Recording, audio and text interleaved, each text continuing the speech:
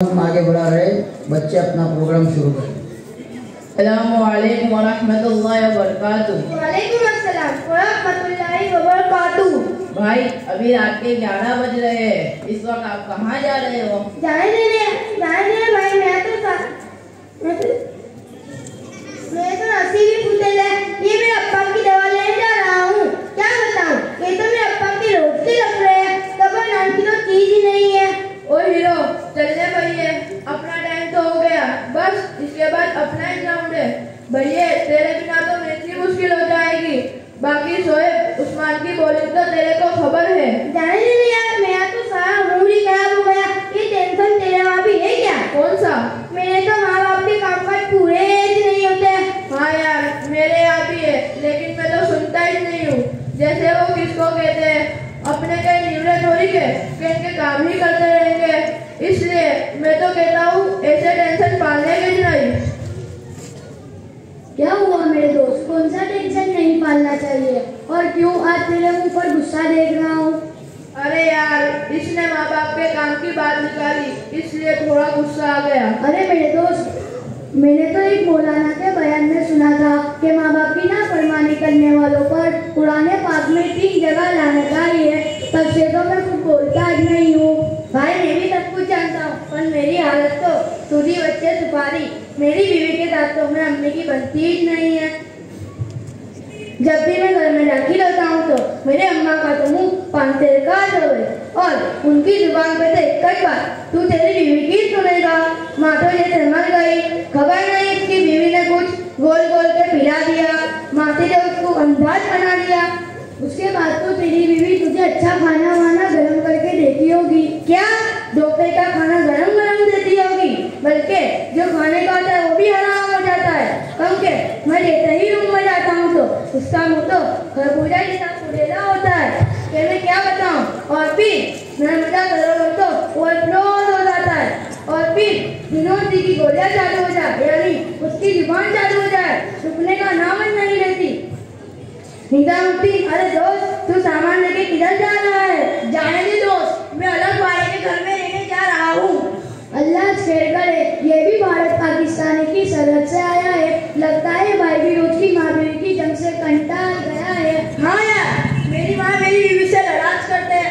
बेचारी मेरी बीवी दिन भर इतना काम करती है कि रात को थककर चूर हो जाती है, लेकिन मेरी माँ को रह भी नहीं आता।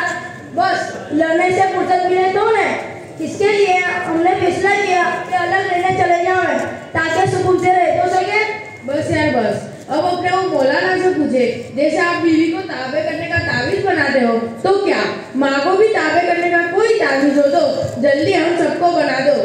भाइयों, बहुत आसान तावीज है। मैं आप लोगों की काफी टाइम से बातें सुन रहा हूँ। हालांकि आज मैं और आप सब जो भी पोजीशन में है, ये सब उनकी ही देन है। अरे देखो, ये बड़े मियाँ सामान उठाए हुए कहाँ जा रहे हैं? चलो उन्हें पूछते हैं। बड़े अब्बा, ये सामान लेकर कहाँ जा रहे हो? बच्चों क्या बताओ? बड़े अब्बा आप रोए नहीं, आप बताए कि वाकया क्या है। बेटा, बच्चों की जो भी बात करना वो आपने ही एक खोलने हैं। बेटा, मेरे 4 बेटे हैं। जब से तुम्हारी खाला का इंतकाल हुआ है, जब से मेरी हर्राजी हो गई है, 4 में से एक के पास भी रहने को एक खोली और खाने को 2 रोटी नहीं है, तो फिर ख्याल आया कि मोहल्ले की मस्जिद में या फिर रेलवे स्टेशन पर डेरा डालते हैं।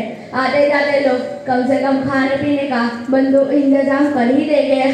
देखा भाइयों, ये बड़े अब्बा का हाल याद रखो।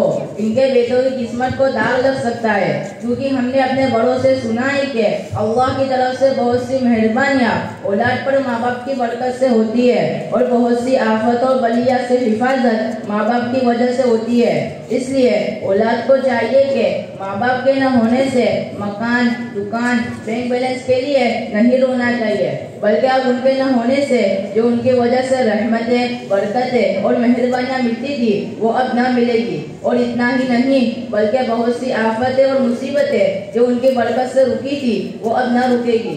और गोया के ये हमारे हिफाजतों के किले थे जो गिर गए।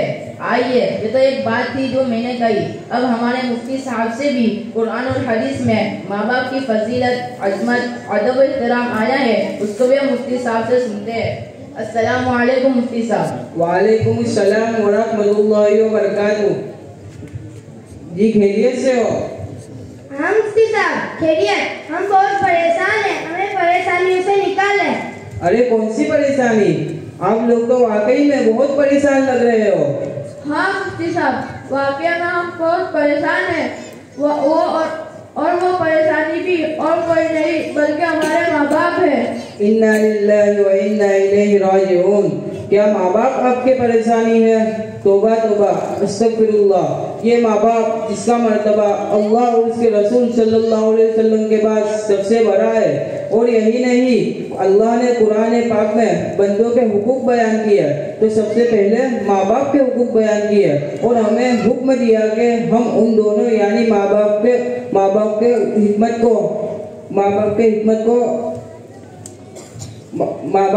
को हुक्म से अदा करें और माँ बाप को हुक्म को हिकमत अदा करें और हमें उनके सामने चिल्लाना, डांटना, आगे दिखाना और उनसे ताल्लुक तोड़ना ये कैसे जायज़ और हलाल काम हो सकता है? लेकिन मुफ्ती साहब, मेरी माँ तो बेचारी मेरी बीवी से लड़ाई करते हैं, जबकि मेरी बीवी घर का सारा काम कर करके थक जाती है। अच्छा बेटा, आपकी शादी को कितने साल हुए? यही कहीं 2 साल हुआ होंगे। तो 2 साल पहले ये सारे काम कौन करता था? क्या आपने कभी अपने माँ बाप की जुबान से ये सुना है कि आज मैं बहुत थक गई हूँ? बल्कि जब वो बीमार भी होते थे तो कभी भी बीमार बनकर सोए नहीं और हर वक्त तुम्हारी ख्वाहिशात और तकाज़ों को पूरा करने में अपनी सारी ख्वाहिशात और तकाज़े कुर्बान कर देते और वो खुद भूखे रहकर तुम्हारा पेट भरते थे। और याद रखो, दुनिया में माँ बाप ही एक ऐसी हस्ती है जिसका मर्तबा बहुत है जो औलाद के लिए बेरोज और बेगरज होते हैं। माशाअल्लाह मुफ्ती साहब, बहुत अच्छा लगा। ऐसी कुछ और भी वजह सुनाओ ताकि माँ बाप की कदर कीमत मालूम हो।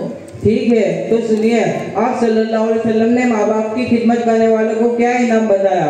आप लोगों ने हजरत उवैस करनी का नाम तो सुना होगा, जो अपनी माँ की खिदमत करने की वजह से आप सल्लल्लाहु अलैहि वसल्लम की जियारत न कर सके। बहुत जज़ाकल्लाह मुफ्ती साहब।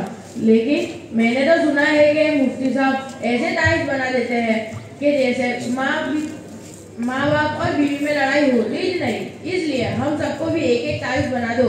मेरे अजीजों, इस धरती पर सबसे बड़ा ताबीज़ अल्लाह का कुरान है। माँ बाप की तक़द्दुस और अजमत के साथ बीवी के हक की ज़ौजियत को मोहब्बत से अदा करना।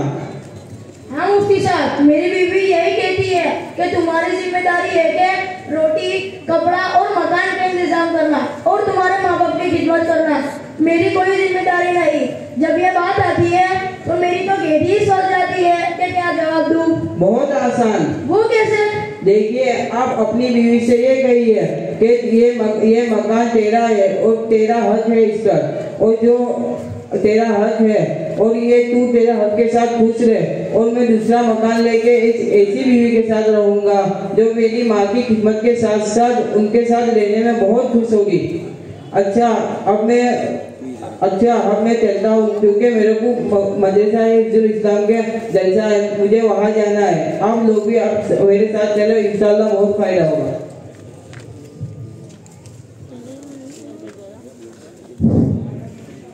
माशाअल्लाह, जज़ाकल्लाहु खैरन व